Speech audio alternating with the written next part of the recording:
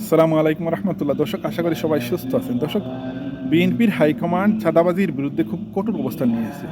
ইতিমধ্যে তারা তাদের অনেক ত্যাগী নেতাদেরকে দল থেকে বহিষ্কার করেছে, কারণ এই সমস্ত নেতা দুর্নীতিতে জড়িয়েছিলেন এবং চাঁদাবাজির সাথে সম্পৃক্ত ছিলেন। তো যত নেতা এই চাঁদাবাজির সাথে সম্পৃক্ত ছিলেন ইতিমধ্যে সবাইকে বহিষ্কার করেছে, কারোর প্রতি কোনো ছাড় দেয় নাই। অনেক ত্যাগী নেতাই বাদ পড়েছেন। তো আজ সিলেটের যুবদলের নেতা মাধবকেও বহিষ্কার করা হয়েছে।